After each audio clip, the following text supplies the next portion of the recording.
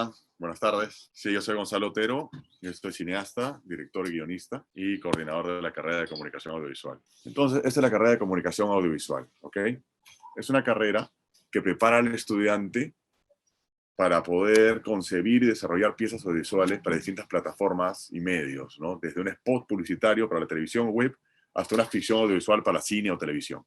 O sea, es una carrera que te prepara concebir y desarrollar, o sea, desde la creación de la idea, la escritura del guión y todo lo que son las fases de la producción, ¿no? El desarrollo, la preproducción, el rodaje, la postproducción de diferentes piezas audiovisuales para diferentes medios, sea para cine, sea para televisión, streaming, web, etcétera, etcétera.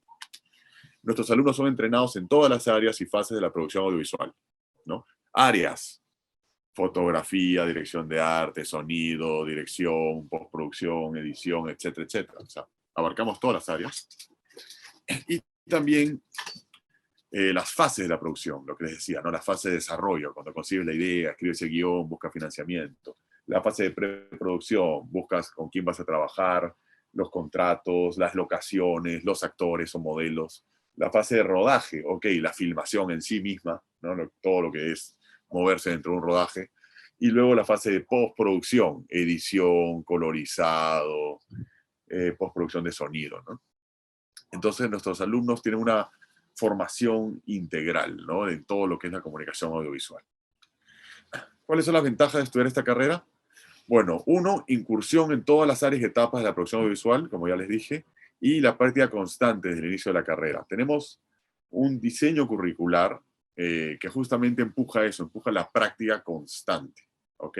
Siempre estás grabando, siempre estás editando, siempre estás escribiendo, ¿no? Guiones, etcétera, etcétera. Entonces, es una metodología, ¿no? Que de aprendizaje activo, de cada conocimiento se transfiere, siempre se transfiere hacia la práctica. Tenemos también el manejo de plataformas transmedia, lo cual nos coloca en una posición súper alineada con lo que está pasando en el mundo. Un mismo mensaje tiene que ir a diferentes medios, tienes que saber moverlo, digamos, para diferentes redes sociales, si va a ser para televisión, si va a ser para streaming, si va a ser, etcétera, etcétera. Digamos, un anuncio publicitario, tiene que ser distinto si va a ir para Instagram, si va a ir para Facebook, si va a ir para diferentes canales. Y todo esto de transmedia, como un mismo mensaje, poder difundirlo, ¿no? Para diferentes medios, está bien contemplado en la carrera. Conocimiento publicitario, ¿no? Para generar contenidos de interés para diversos públicos, eso es bien importante, porque somos el único lugar donde se enseña comunicación audiovisual y donde hay además de toda la fuerza de la comunicación audiovisual, hay un conocimiento importante de lo que es publicidad. Y esto es bien importante porque si no creas una pieza publicitaria, pero no sabes, no tienes un conocimiento del público objetivo, no sabes para quién la estás haciendo, no sabes cómo llegar al público, no sabes cómo promocionar tu pieza publicitaria. Entonces, ese, digamos, conocimiento publicitario que se amarra con la comunicación audiovisual es una ventaja diferencial muy interesante. Otra ventaja es el reel, ¿no? Como les dije, la carrera tiene práctica constante. Entonces, desde el primer ciclo, ya estás creando un portafolio de trabajo, ya estás creando un reel. Cuando terminas la carrera, cuando terminas el sexto ciclo, tú ya tienes una cantidad de trabajos audiovisuales importantes para poder mostrar. En la comunicación audiovisual es vital eso, poder enseñar tu trabajo, ¿no? Porque, ok, yo soy comunicador audiovisual, bacán, ¿cuál es el área que más te gusta o en qué te especializaste? Digamos que es la fotografía. Ok, ¿qué has hecho? No, no he hecho nada, no, estarías en problemas. ¿Qué has hecho? Aquí está, esto. Y eso es lo que la carrera te brinda, no solamente el conocimiento y la práctica, sino además la posibilidad de terminar con un reel, con un portafolio, para que puedas mostrar el trabajo que has hecho. Vamos a hablar brevemente de la malla curricular, ¿ok? No podemos ver todos los cursos porque no nos alcanzaría el tiempo, pero les voy a explicar cómo está, digamos, pensada y constituida esta malla curricular. Es un programa académico de 3 años divididos en 3 módulos, ¿no? Existe lo que llamamos certificación modular, que está, digamos, avalada por el Ministerio de Educación. Cada vez que terminas un año, puedes solicitar una certificación modular. Y eso te puede ayudar a la rápida inserción laboral. Entonces, cada año, cada módulo está a su vez dividido en 2 ciclos. Por eso es que es una carrera de 6 ciclos. Y la carrera está dividida en ejes transversales, ¿no? Cada eje, ¿no? Digamos, se desarrolla a lo largo de los diferentes ciclos. Acá podemos ver lo que dice área de desempeño. Tenemos los ejes, ¿no? Empleabilidad son los cursos que desarrollan las habilidades blandas. Todo lo que es, digamos, conocimientos generales, trabajo en equipo, liderazgo, etcétera, etcétera. El área de taller de realización audiovisual, es un curso que se lleva los 6 ciclos de carrera. Taller audiovisual, básico 1, básico 2, intermedio 1, intermedio 2 y avanzado 1 y avanzado 2. En este curso, ¿no?, que es el taller, es donde uno aplica el conocimiento de todo el resto de cursos de la carrera. Se te enseñan conocimientos específicos, obviamente, de este curso, pero a la vez es como un río, ¿no?, hacia el cual fluyen todos los conocimientos del resto de cursos. Y así está pensada la malla curricular. Lo que aprendes en otros cursos lo terminas aplicando en el curso de taller. Inclusivemente a nivel de contenido está bien vinculado a los otros cursos. En el área de marketing y publicidad, como les dije, es todo un eje también que tenemos diferentes cursos a lo largo de la carrera para que el alumno tenga un desarrollo, digamos, también del área de marketing y publicidad, que se va a amarrar para que tus contenidos audiovisuales tengan pues un impacto con el público y también sepan cómo llegar al público. Tenemos el área de fotografía, donde tenemos tantos cursos de fotos fijas de toma de fotografía, como cursos de iluminación, dirección de fotografía, todo lo que es foto en movimiento. El área de dirección y guión, ¿no? También tenemos el área de producción, el área de sonido y el área de edición y postproducción. Entonces vamos a revisar en este primer año de carrera, rápidamente, algunos de estos ejes transversales. En el taller, en primer ciclo, aprendes todo lo que es el lenguaje cinematográfico aplicado, o sea, cómo filmar y cómo narrar a partir de imágenes. Y aprendes también cómo funcionan los diferentes departamentos de la producción. ¿Qué hace la dirección de fotografía? ¿Qué hace la producción? ¿Qué hace la dirección de arte? ¿Cómo digamos, se comunican entre sí los departamentos? ¿Cuáles son los comandos que tienes en un rodaje cinematográfico? ¿Qué hace quién dentro de cada área? Y se hacen ejercicios narrativos, unos cortometrajes muy pequeños, en los cuales tienes que contar la historia con imágenes, donde tienes que manejar la continuidad visual. En el siguiente curso, que es Taller Audiovisual Básico 2, ahí es un taller en el cual aprendes géneros cinematográficos y recursos narrativos, ¿no? Manejo de lo que es comedia, manejo de lo que es, por ejemplo, el thriller, el drama, y recursos narrativos como el suspenso, la sorpresa, el misterio. Eso lo ven en el segundo ciclo. Y esto aterriza, se transfiere hacia unos pequeños cortometrajes de autoría propia por parte de los alumnos, de unos 5 minutos de duración. En el área de marketing y publicidad tenemos fundamentos del marketing y fundamentos de la publicidad. En fotografía tenemos cursos de foto fija, como creación fotográfica en primer ciclo, y fotografía fija publicitaria en el segundo ciclo. Esos son cursos de foto fija. Con esos 2 cursos ya sabes manejar la cámara, su óptica y la iluminación, tanto con flash de cámara como con flashes en un estudio. Sabes iluminar productos, sabes iluminar personajes, ¿no? Y eso es lo que aprendes en foto fija.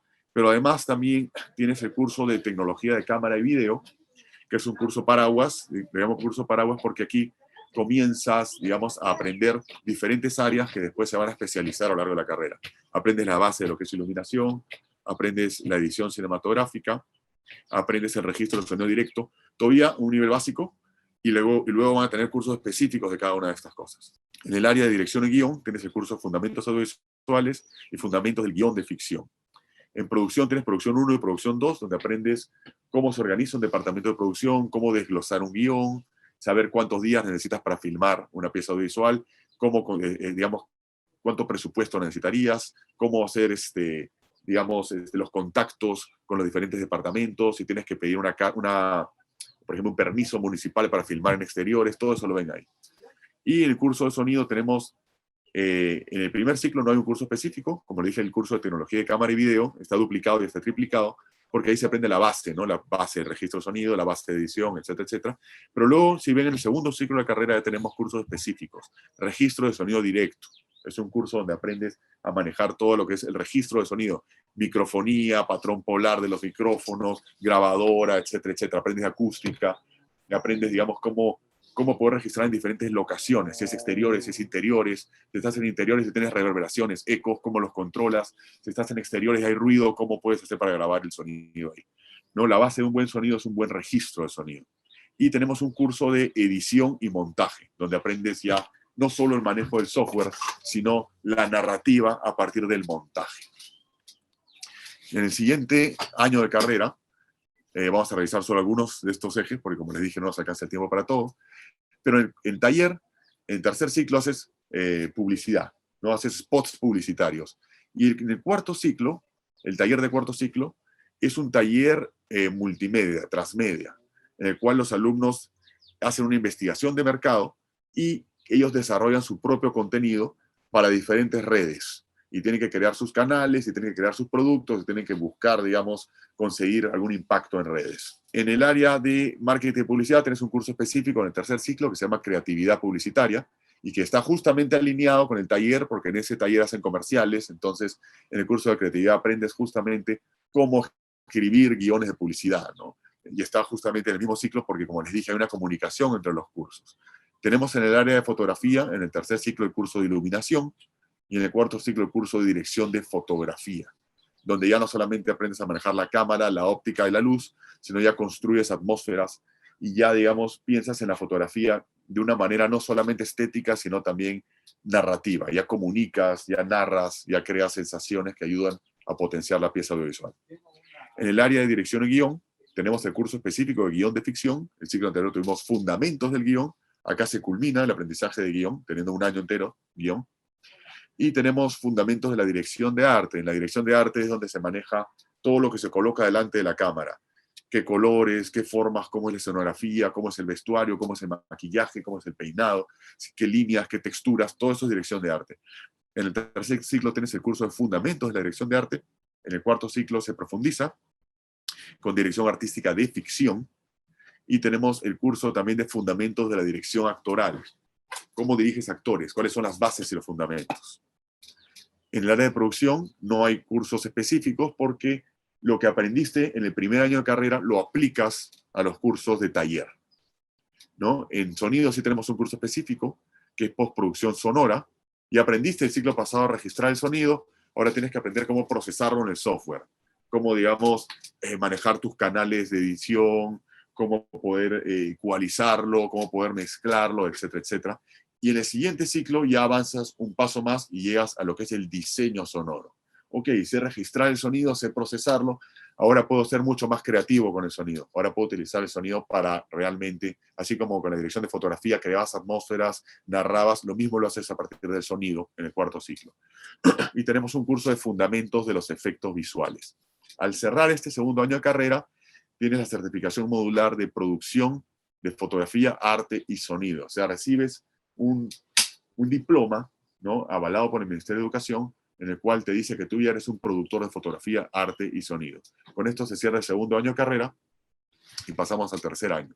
En el tercer año y último de carrera, en el taller, tienes en el quinto ciclo un taller de cine, donde haces un cortometraje de ficción, de autoría propia, ¿no? Entonces los alumnos acá se forman en grupos y por grupos hacen una película corta, una película de 10 minutos, de 15 minutos, aplicando todo el conocimiento que tienen en la carrera y nuevos conocimientos que adquieren en ese ciclo.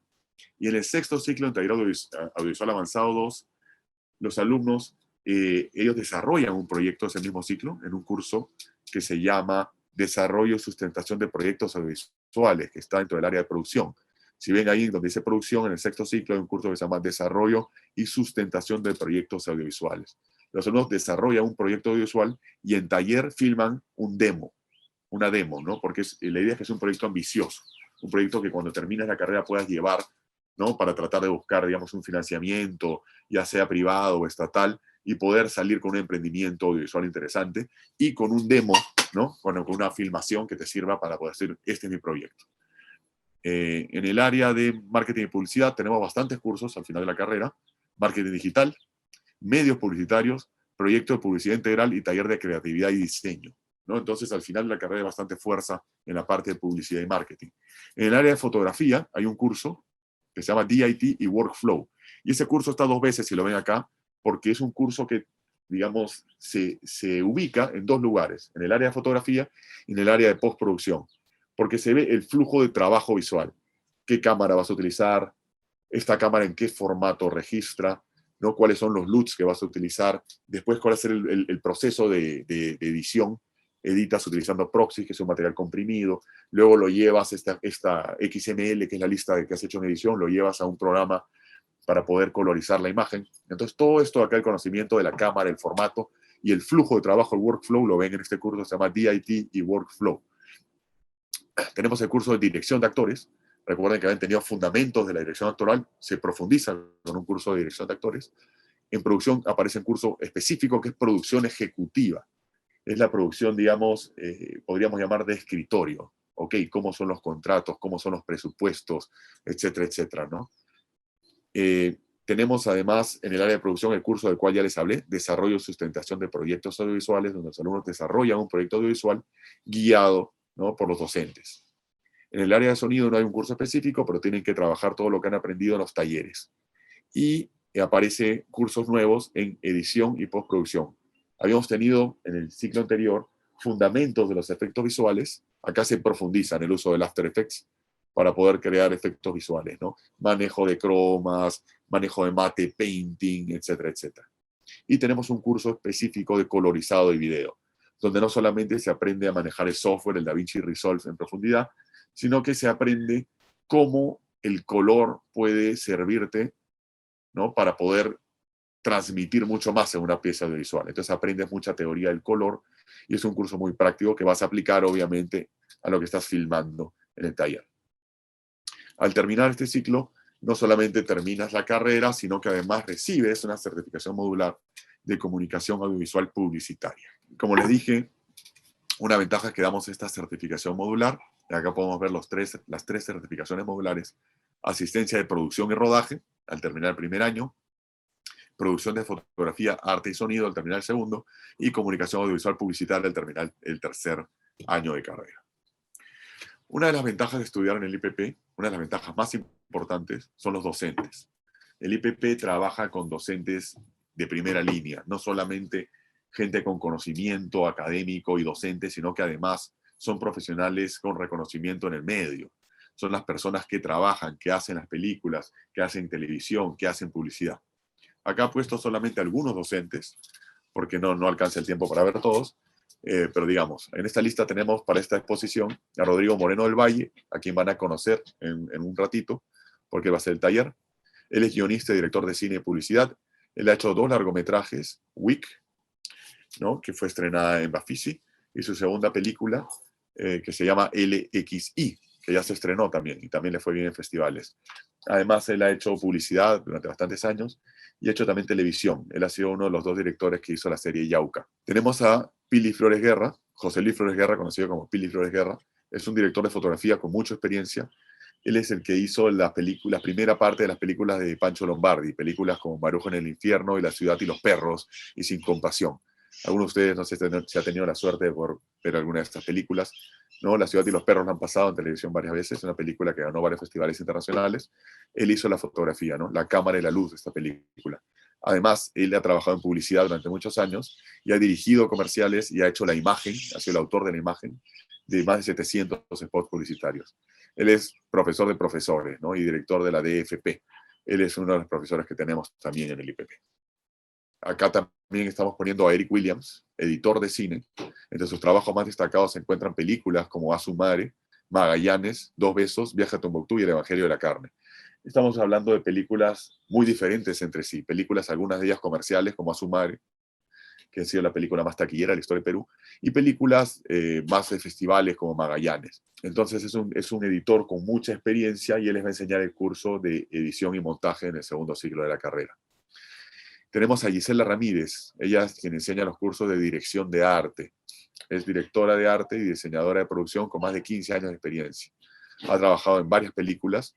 Ella fue uno de los peruanos que trabajó en Transformers, ¿no? No sé si sabían que Transformers, The Rise of the Beasts, vino a filmar a Cusco. Ella estuvo trabajando en esa película dentro del departamento de arte. Además, ha hecho la dirección de arte de otras películas como Canción sin nombre, que estuvo en el Festival de Cannes. Además de ser, yo he trabajado con ella también en publicidad. Y en mi largometraje, que se llama La lágrima del diablo, que está en postproducción, ella también fue la directora de arte. Bueno, Eric también fue el editor de la película. Entonces los conozco no solo como profesores, sino también como profesionales, y puedo garantizar que estamos poniéndoles profesores que son de primera calidad. Otra de las ventajas de estudiar en el IPP es la comunidad de egresados. al tener el IPP 35 años, más de 35 años ya en el medio, digamos, y dando educación de calidad de primera línea, hay una comunidad de egresados muy potente, ¿no? Gente que está controlando de alguna manera, liderando, más bien dicho, liderando todo lo que es la realización audiovisual en el Perú. Como ejemplo tenemos a Miguel Valladares, que es el fundador de Tondero Producciones, ¿no? Que son los autores de digamos, los productores en realidad, de la trilogía de Azumare, y que además representa talentos nacionales e internacionales. Entonces, eso es bien interesante porque acá se demuestra lo que les decía hace un rato, que al tener conocimiento audiovisual y al poder también aplicar conocimiento de publicidad y marketing, puedes lograr cosas como Azumare, ¿no? Un taquillazo que no se había hecho antes, porque antes de esta trilogía nunca se había aplicado herramientas de marketing y publicidad al cine. Acá se aplicaron focus group, encuestas en profundidad, diferentes herramientas que pudieron ayudar a que creen un producto que tenga impacto en el público. Tenemos como egresado a Alejandro Noriega, productor audiovisual con más de 70 premios internacionales dentro del ámbito publicitario, incluido el Festival de Cannes. Él es socio y fundador de Rebeca, que es una de las casas productoras de publicidad más reconocidas en el medio. Tenemos a Pepe Chicoma, reconocido director audiovisual, director y fundador de Toro Producciones, que lleva más de 15 años dirigiendo comerciales y trabaja para el Perú y también filma comerciales para el extranjero. Tenemos a Manuel Oxenford, director también de cine publicitario, ha dirigido para Señor Z, y antes de llegar a lo que es la dirección, estuvo también trabajando en lo que es postproducción de sonido, musicalización y postproducción sonora. Este es un caso interesante porque demuestra cómo el IPP te da una formación integral en las diferentes áreas de la comunicación audiovisual. Si vas a llegar a ser director, nadie sale de frente como director, eso es muy difícil. O sea, no es imposible, pero es difícil. Entonces tienes que ingresar al medio. Acá se demuestra cómo él ingresó por el área de sonido, le fue muy bien ahí, y luego subió a director, ¿no? Entonces, eso es muy interesante, que tengas la posibilidad de insertarte en el mercado laboral a partir de diferentes áreas de audiovisual, porque el IPP te prepara en diferentes áreas. Otra de las ventajas de estudiar en el IPP es nuestra comunidad de alumnos. Acá voy a hablar de algunos trabajos hechos por alumnos durante la carrera, mientras estudiaban, y que tuvieron un reconocimiento. Hay un cortometraje que se llama El Ciego, cortometraje El Ciego, dirigido por Guillermo Mesa y Gonzalo Lo hizo la fotografía, y este cortometraje obtuvo grandes reconocimientos nacionales e internacionales. Estuvo en festivales de cine en España, ganó un premio del Ministerio de Cultura, y bueno, es un cortometraje que se hizo en el año 2016, en el taller del quinto ciclo de la carrera, y que bueno, tiene una calidad profesional, porque estos premios no son premios ni siquiera estudiantiles, son premios profesionales, ¿no? En un cortometraje hecho durante la carrera. Este caso es bien interesante. Este es un cortometraje que se llama Después de ti, que se hizo en el segundo ciclo. Estamos hablando del primer año de la carrera, y ingresó a un festival que se llama el Outfest Perú del año 2019, festival de cine. Entonces esto demuestra que un trabajo hecho por alumnos en el primer año de carrera puede tener la calidad suficiente para poder entrar a un festival cinematográfico. Este es otro caso interesante. Alumnos que estaban en titulación lograron ganar el Proyecto 48. El Proyecto 48 es un concurso festival internacional que va por diferentes países del mundo y donde la gente tiene que hacer un cortometraje en 48 horas. Y los que entran a concursar son gente de diferentes niveles, pero muchos son profesionales. Entonces, si ganas esto, quiere decir que has ganado en tu país a diferentes personas, diferentes directores, diferentes profesionales que entraron a competir. Y acá tenemos 2 alumnos que eran parte del equipo que venció el Proyecto 48 en ese año.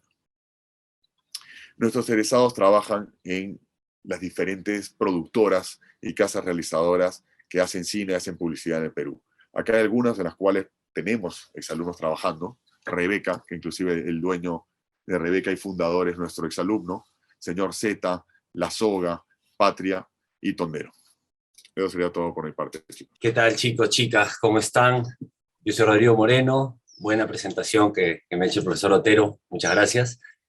Y bueno, lo que les traigo ahora primero es, vamos a hacer este taller donde vamos a empezar con una parte de la teoría breve, ¿no? Vamos a ocupar la primera media hora en eso. Y luego la media hora siguiente vamos a hacer un ejercicio de conversación. Ustedes pueden participar por el chat. Les traigo algo que es bien particular porque estoy, digamos, entrado al baúl de los recuerdos y he rescatado la primera escena del guión de mi primera película, Wick.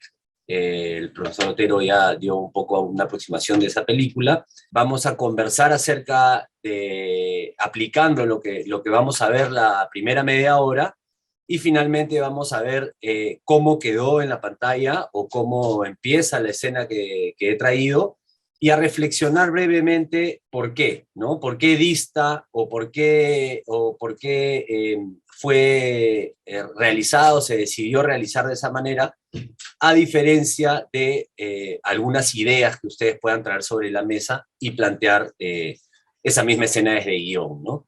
Justamente este tipo de ejercicios para poder darnos cuenta de la diversidad y la visión que puede plantear un director desde la puesta en escena o puesta en forma de un guión.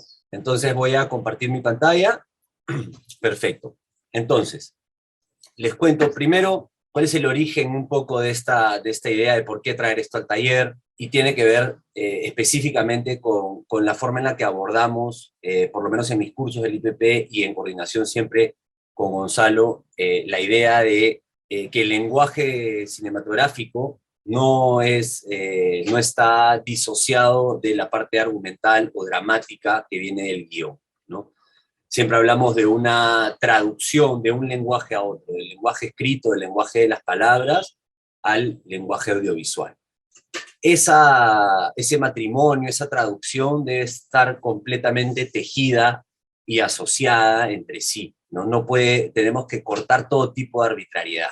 Entonces, el lenguaje que utilizamos o el estilo que vamos a decantar en nuestras producciones luego de aprender y practicar el lenguaje, tiene que ver necesariamente con ese vínculo indisociable, esa imbricación entre lo plástico, que podría ser todas las herramientas de la puesta en escena, ya sea planos, ángulos, movimientos, óptica, componentes visuales para la puesta en escena, que se van a ver desde la dirección de arte, desde el sonido, desde la dirección de fotografía, y todos estos temas que Gonzalo ha explicado en la malla curricular en esta primera parte de la charla, y vamos a ver cómo eso tiene que tener una asociación directa con lo que viene del guión escrito. Hay mil maneras de poner en escena un mismo guión, ¿no? Puede haber cuantas versiones, hablemos de un guión de 5 minutos, una película de formato corto va a tener tantas versiones como directores la aborden,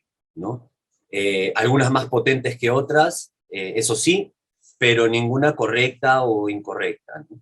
Sí hay digamos, un grado de corrección que tiene que ver con la gramática audiovisual, y eso es un poco lo que traigo en el taller de hoy. Entonces, dicho esto, pasamos a comentarles un poco, así como existen las palabras y las frases, ¿no? en la narrativa escrita, y alguna vez escuché a un escritor que decía: un cúmulo de buenas frases no hacen necesariamente una buena novela, ¿no? Pueden ser frases o versos, digamos, de un poema, o líneas de un poema.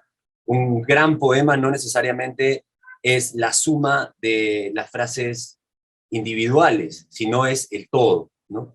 Entonces, cuando hablamos los planos, a veces nos dejamos llevar por una presencia estética y decimos: qué lindo este plano, o me gustaría poner la cámara aquí, o me gustaría poner la cámara allá, por simple gusto de una estética. Pero no solamente ese gusto estético va a justificar una buena construcción narrativa, sino las palabras o planos, en este caso, precisos. Entonces, si la unidad mínima del lenguaje escrito es la palabra, digamos que la unidad mínima del lenguaje audiovisual podría ser el plano, ¿no? El plano es una unidad narrativa, ¿no? Tenemos varias unidades narrativas de acuerdo a su tamaño, y la más pequeña es el plano, una serie de planos unidos con ciertas lógicas de continuidad, varias lógicas de continuidad, puede ser continuidad óptica, puede ser continuidad en la acción o el movimiento, puede ser continuidad en el decorado, ¿no? La típica de en un plano aparece con un vaso y en el otro plano, el contraplano, regresa y ya no tiene el vaso, ¿no? Esa idea de raccord o continuidad, una serie de planos unidos con ciertas lógicas de continuidad que van a construir el espacio-tiempo, forman una escena, una serie de escenas con una lógica o unidad temática forman una secuencia, y las secuencias agrupadas con ciertas lógicas también forman los actos, y esos 3 actos narrativos conforman la narrativa aristotélica clásica de 3 actos, ¿no? Que están compuestos por planteamiento, nuevo conflicto, desarrollo de este y el desenlace, ¿no? Traigo el plano a colación, ¿por qué? Porque en el ejercicio que vamos a realizar, justamente lo que yo quiero es, voy a poner en pantalla el guión de una escena del guión de mi primera película, y vamos a conversar cómo ustedes la desglosarían en planos, ¿no? Los que tengan más conocimiento acerca del lenguaje cinematográfico pueden explayarse todo lo que quieran, los que no, sin miedo, como ya les dije, clases generalmente no son clases verticales, son clases con mucha horizontalidad y donde nosotros podemos aportar, porque así como yo les brindo algo de conocimiento, me encanta a mí también aprender mucho de ustedes. Entonces, si tomamos en cuenta que el plano es la unidad básica del lenguaje, ¿a qué nos referimos cuando hablamos de un plano? Cuando hablamos de un plano, específicamente, hablamos del tamaño del campo en cuestión, es decir, lo que vemos en la pantalla, y eso está designado o denominado justamente por la figura humana, ¿no? Entonces siempre vamos a tener un plano de una persona, ¿no? Eso es lo que va a ordenarnos en el lenguaje. Entonces tenemos una serie de planos. ¿Alguien conoce la nomenclatura de los planos? Ahora vamos un poco a eso, pero antes de eso me gustaría decirles, el plano tiene 2 funciones básicas. La primera es dirigir la atención del espectador a un sector específico de la acción, o una acción específica, o una actividad específica dentro de la escena. Y la segunda es, el plano es, digamos, la primera unidad que nos va a dar las informaciones requeridas para entender, en primera instancia, una narración audiovisual y posteriormente sentirla, ¿no? Yo siempre digo, digamos, desde mi punto de vista, hay 2 niveles a los cuales debemos de llegar a la hora de poner en escena una escena propiamente o un relato audiovisual. Primero está el campo del entendimiento, ¿no? Vemos y entendemos lo que vemos, sabemos lo que está pasando, hay una claridad en lo que sucede en escena. Y por otro lado, nos conectamos con lo que está sucediendo a través de un personaje, ¿no? Generalmente es el personaje narrador o quien lleva la mayor fuerza o peso de la escena sobre sus hombros. Estas son cosas que dentro de la carrera vamos a profundizar mucho, ¿no? Por ejemplo, yo dicto el curso de taller 2, en ese curso de taller audiovisual 2, básico 2, profundizamos justamente en esos criterios para guiar la atención y guiar la emoción, ¿no? A través de cómo controlar a mi narrador, quién cuenta la escena y qué planos necesitamos para entenderla y sentirla también. Entonces, aquí hablamos un poquito de las unidades narrativas, que es una apreciación, digamos, muy somera a la que dimos al principio, pero para ponernos o situarnos en un lugar. Hay una serie de planos que están designados de acuerdo, como decíamos, a el tamaño del plano en cuestión o con relación a la figura humana, ¿no? ¿Y qué es lo que dice? ¿Conocen ustedes estos planos? Los puedo mencionar también, aquí los tenemos en pantalla un poco pequeños, pero podemos partir desde lo más amplio hasta lo más pequeño o más acotado, digamos.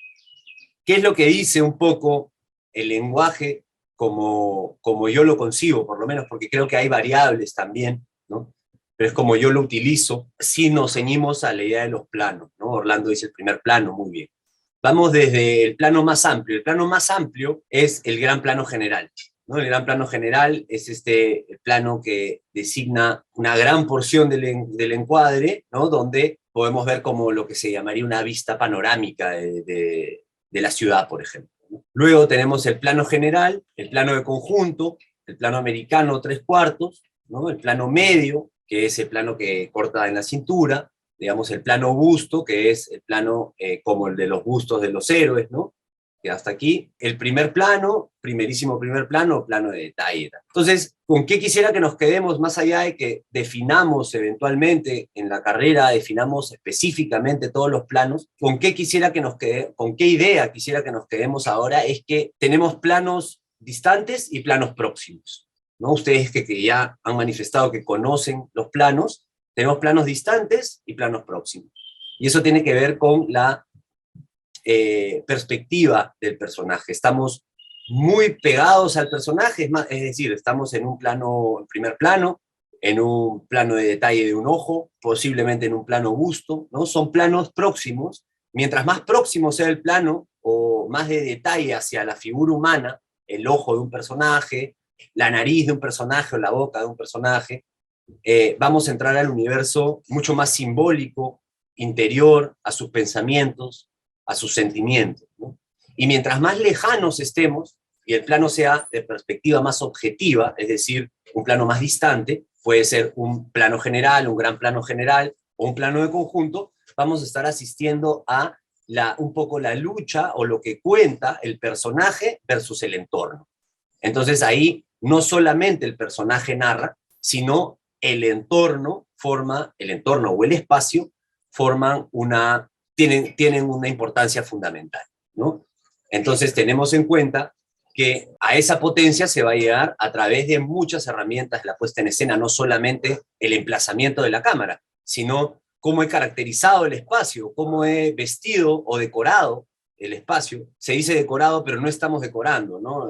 A través de la dirección de arte no son adornos, ¿no? Es una forma de narrar, es como el plano es el lenguaje visual o la unidad mínima del lenguaje. En el lenguaje plástico contamos con las líneas, con las formas, con elementos del decorado, que no están ahí arbitrariamente, están ahí para construir el mundo del personaje o para decirnos un poco más del personaje. ¿Está ahí? Entonces, algunas de estas variables para establecer ese punto de vista físico-óptico, ese emplazamiento, ese posicionamiento de la cámara, de acuerdo a las informaciones que quiero dar y de acuerdo a dónde quiero que la atención del espectador se dirija, tienen distintas variables, ¿no? Aquí algunas, ¿no? La altura, la distancia, la óptica, me refiero a los lentes, ¿no? La angulación, ¿no?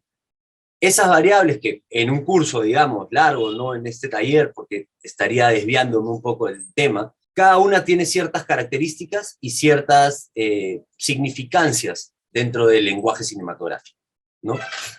Voy a tomar una como ejemplo, que tiene que ver con la distancia, y la distancia generalmente siempre relacionada con la óptica. Y eso tiene que ver con un concepto muy interesante, que también veríamos en profundidad en el curso, es el de la distancia psicológica, ¿no? ¿Qué quiere decir? Mientras trabajamos, emplazamos la cámara lejos del personaje, pero con una óptica cercana, igual mantenemos una distancia psicológica amplia.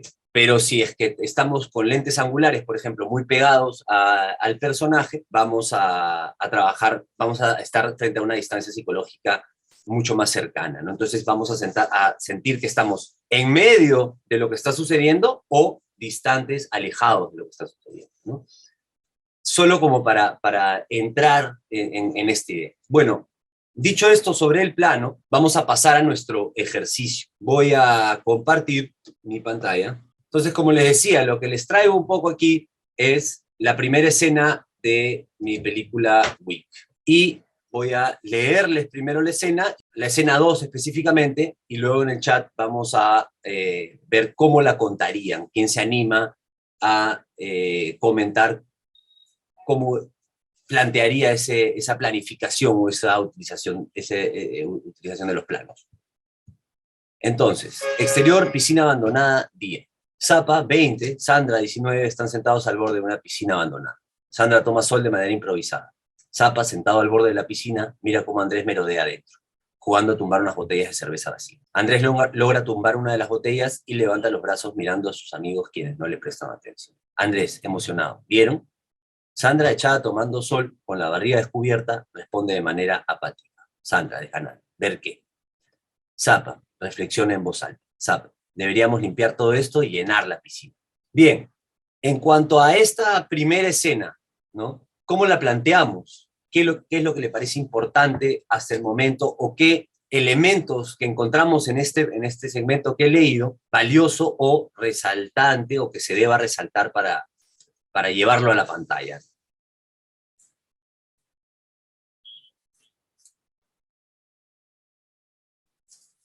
Digamos, ¿qué es lo que creen, para hacerlo un poco más fácil, qué es lo que creen que me dice esta información? Porque si pensamos en un guión, estamos pensando en que vamos a, como detectives, ir buscando informaciones relevantes que nos van a hacer, nos van a dar guías o pistas para poder llevar esto a la pantalla, para traducirlo a plano. Bien, Mari, menciona el espacio donde están los actores.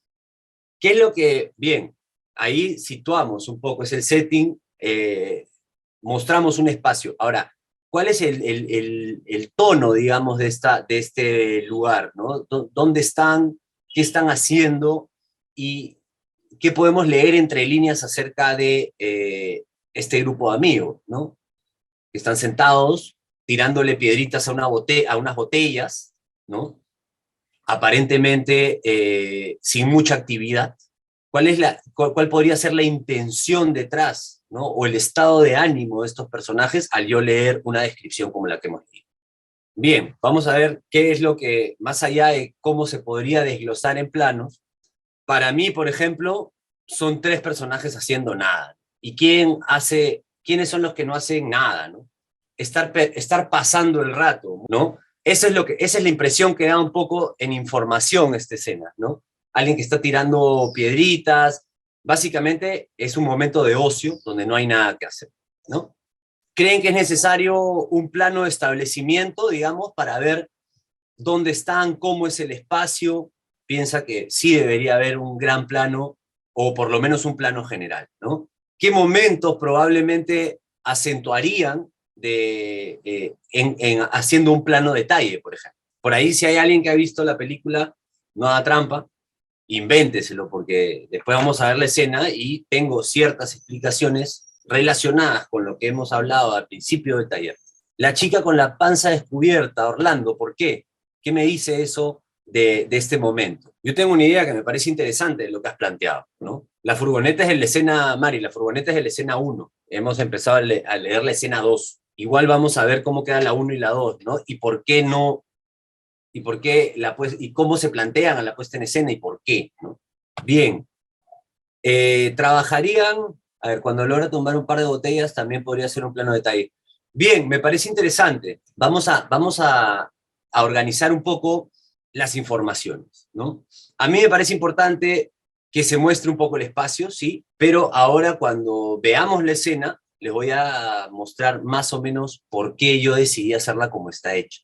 Dramatizar un poco. ¿Ustedes creen que es necesario en alguno de estos diálogos escuetos, ¿no? Entrar, por ejemplo, a un primer plano o acudir a un plano detalle de los ojos de alguno o algo que me meta a su universo interior? ¿Hay algo que ustedes sientan que tiene como un peso especial que habría que subrayarse o habría que ponerse, digamos, más explícito? Bien, vamos entrando un poco a la escena. No, aquí falta algo. He rescatado el guión después de mucho tiempo. En realidad este guión es del 2014, pero sigamos, digamos, ¿no? Digamos que sigamos con lo que tenemos ahí. Imagino que un acercamiento a los ojos de Zappa cuando mira a Andrés tirando las piedras. Podría ir, pero Kathleen, ¿por qué? ¿Por qué crees que habría que intensificar, digamos? ¿O por qué deberíamos de dar esa información de que él lo mira de una manera particular? Porque si yo estoy entrando a la mirada de él, lo que estoy diciendo es que es importante la percepción de ese personaje sobre la acción del otro. Entonces estaría marcando un momento, subrayando un momento que va a ser importante o dramáticamente o dándome informaciones, ¿no? Entonces, tendría un gesto de aburrimiento como un giro de ojos. Bueno, claro, ahí estaríamos descansando un poco en el gesto, ¿no? Entonces, ahí también tendríamos que tener la posibilidad o tener la situación de que no se sienta tanto que estoy cortando hacia ese gesto. Porque si no, ¿qué podría pasar? Hago evidente que estoy tejiendo, que estoy cosiendo algo. Entonces, lo que hay que hacer cuando estamos trabajando una escena es tratar de borrar esas costuras. Y yo creo que entrar a un plano de detalle, por ejemplo, para mostrar ese movimiento de ojos, podría ser un poco forzado. Entonces, no sé, eso desde mi punto de vista, pero digamos que es un buen criterio tratar de buscar el aburrimiento en ese primer gesto o en ese primer plano que nos muestra el gesto del personaje, ¿no? Vamos a seguir leyendo un poco. Marcamos los silencios acá, esas marcadas de silencio en el guión, que podría ser tal vez, no sé si en formato de guión, yo cuando escribo marco los silencios porque me ayudan para la puesta en escena, particularmente en los guiones que yo voy a dirigir o que sé que voy a dirigir. Entonces, aquí hablan, me comí una partecita de la escena, pero hablan de los gringos, ¿no? De por qué los gringos montan skate en las piscinas, ¿no? Hay un silencio que marca también ese letargo, ¿no? Entonces dice Sandra, dice, sí, no hacen todo, arreglan sus propios baños, remodelan la casa y tienen casas rodantes, ¿no? Has visto muchas películas, creo, le dice Andrés. O sea, parece más del 20% de gringos viven en casas rodantes. Dicen que es un tema de libertad. Eso deberíamos hacer este verano. Zapa, sarcástico. ¿Qué? ¿Vivir en una casa rodante? Ahí ves. Sandra salta y sube de la piscina. Se sienta al lado. Andrés salta y sube a la piscina y se sienta al lado de Sandra. Andrés, ahora viniendo vi que estaban vendiendo una furgoneta. Una camioneta, una de esas furgonetas. Sandra, sarcástica e incrédula. ¿Qué, quieres comprar un carro? Zapa, sería paja, ¿no? Salir de Lima, por ahí que llegamos hasta Ecuador. Sandra, mejor hay que pensar en cómo vamos a hacer para llegar al concierto del miércoles. Ese no me lo pierdo, van a tocar temas nuevos. Zapa, no sé, por ahí que las mujeres entran gratis, Andrés, viendo. Zapa se pone su mochila. Zapa, pasando, no tienen hambre, corte, ¿no? Entonces, básicamente, hay miles de formas de plantear esta escena, ¿no? Y muchas cosas de las que han dicho me parecen que son acertadas, ¿no? ¿Alguien tiene algo más que decir, ya que hemos terminado de leer la escena? ¿Dónde podría entrar por ahí, entrar al universo de los primeros planos, un poco al detalle del gesto, qué es lo más importante que pueden rescatar de la escena que hemos visto? Y yo les voy a ir contando un poco cuáles fueron los criterios para poner en escena esta escena. Si bien yo tenía más planos de los que salen en la pantalla, mi idea era poder transmitir desde el lenguaje visual ese letargo, ese aburrimiento, ese tiempo que los personajes tienen o quieren manifestar de su mundo interior, ¿no? Entonces, ese aburrimiento jugaba para una escena así, planteada, donde podríamos, sí, intensificar algunas cosas, entrar a los primeros planos y demás. Mi criterio para montarla fue prescindir de los planos cercanos y mantenerme en un plano que sostenga casi en ese tiempo real el diálogo. Cuando veamos la escena van a ver que muchos diálogos han sido suprimidos.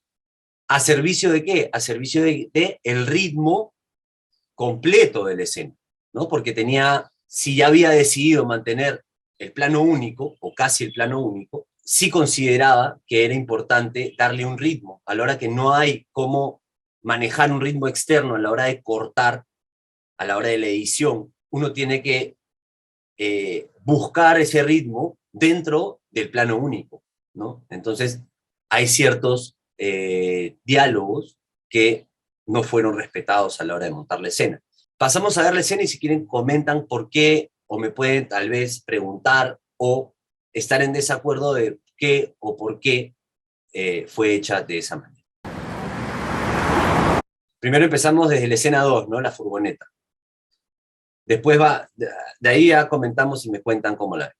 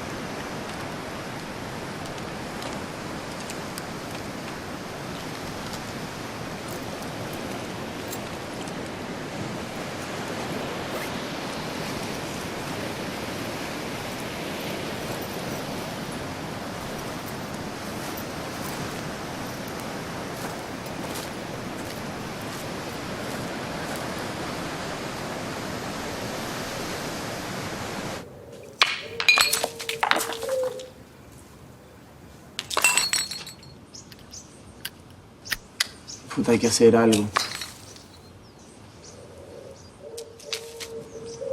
Deberíamos traer un skate y montar dentro de la piscina. Así hacen los gringos. En Estados Unidos las piscinas son diferentes. ¿Desde cuándo montas skate? No monto. Como diferentes. No son así de mayólica. Son más como posas. ¿Por qué? Que los gringos son más prácticos.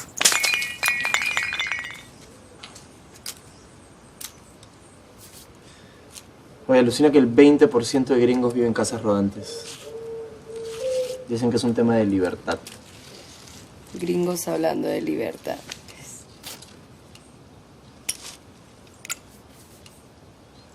Mi tío dice que es para el crecimiento económico. Del bolsillo de las constructoras. El resto se joda.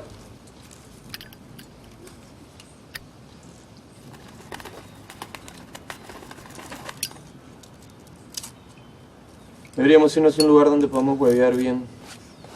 Que huevear mal.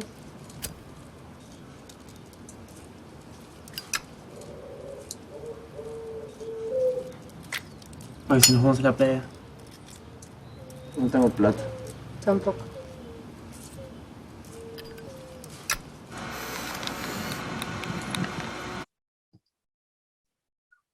Bien, bien. ¿Qué han visto en la escena? Primero, algo que es evidente. Se respetan muy poco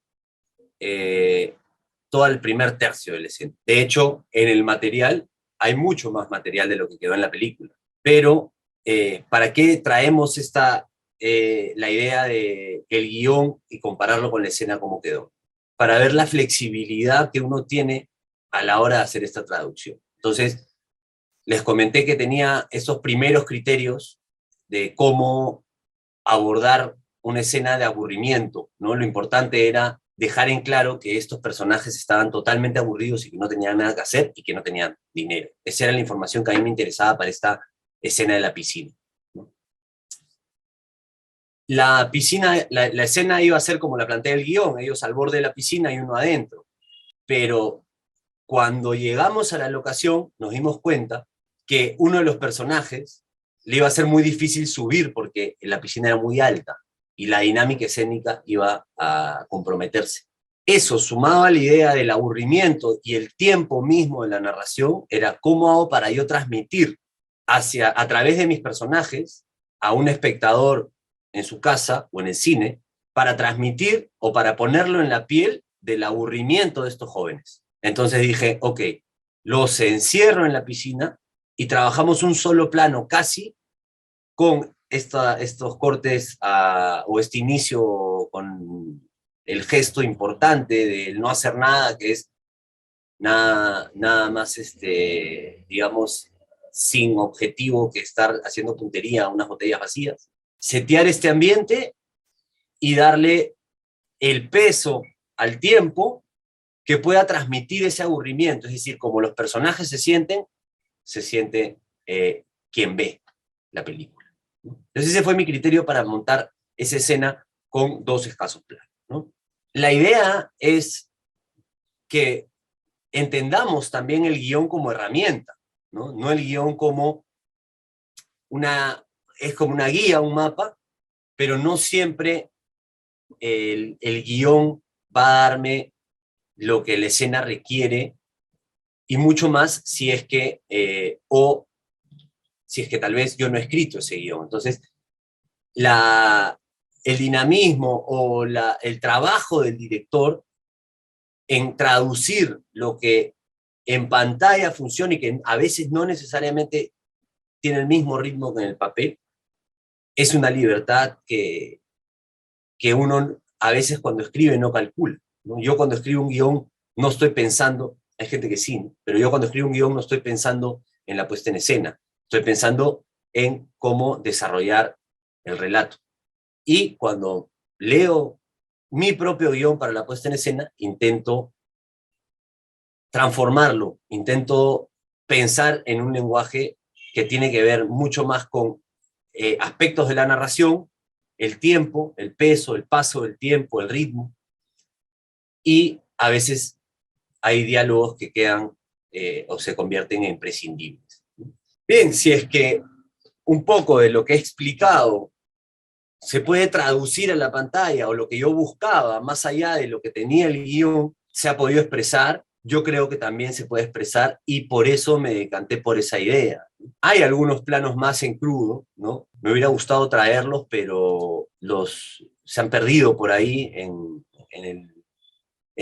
los discos duros, ¿no? Pero creo que es bueno darse cuenta que no siempre más o no siempre a la hora del montaje tener planos que no vayan directamente a un objetivo que esté relacionado con la idea de entender y sentir, ¿no? Es una visión personal también que trato de pulir o hacerles ver cuando vemos cursos de lenguaje cinematográfico, ¿no? Entonces, siempre recomiendo tener todo, ¿no? Porque si estás ahí en el rodaje y tienes un plan de rodaje bien armado y bien calculado y ya está todo ambientado e iluminado, lo mejor es irse cubriendo, pero no tener miedo a desechar cualquier otra opción si es que en la mesa de montaje la película se revela de otra forma. Sí, básicamente eso pasa en toda la película, ¿no? Nosotros a la hora de plantear la puesta en escena seguimos con esa idea, con la idea de transmitir ese letargo. En los primeros 2/3 de la película, o el primer tercio de la película probablemente, es bastante representativo de ese aburrimiento, ¿no? Dentro de la plástica y la puesta en escena. Entonces, ¿qué más coherente? Más allá de armar la puesta en escena plano a plano, entender que hay una columna vertebral o una idea temática a la cual recurrimos o la cual buscamos a la hora de establecer una película, ¿no? Lo que está puesto debajo, ¿no? Ese mensaje oculto. Muchas de esas herramientas las vamos a aprender si es que estamos en clase juntos, ¿no? Viendo ejemplos, viendo ensayos visuales y viendo distintas formas de poner en escena películas y diferentes estilos, ¿no? Hasta que uno va decantándose en su propio estilo, ¿no? Que es el objetivo a la hora de terminar una formación, poder empezar a experimentar en su propio estilo, ¿no? Básicamente, eso es lo que yo había traído para el día de hoy.